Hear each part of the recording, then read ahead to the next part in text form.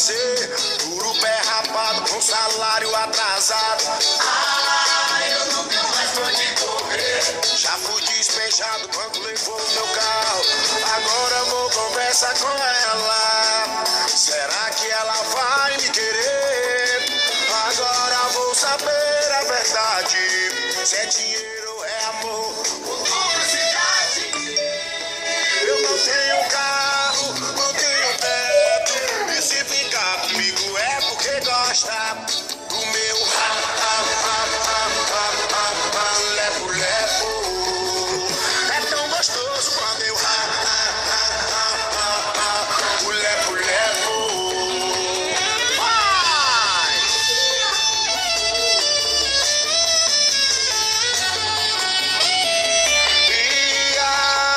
Eu já não sei o que fazer.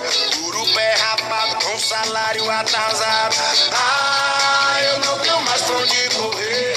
Já fui despejado quando levou meu carro. Agora vou conversar com ela. Será que ela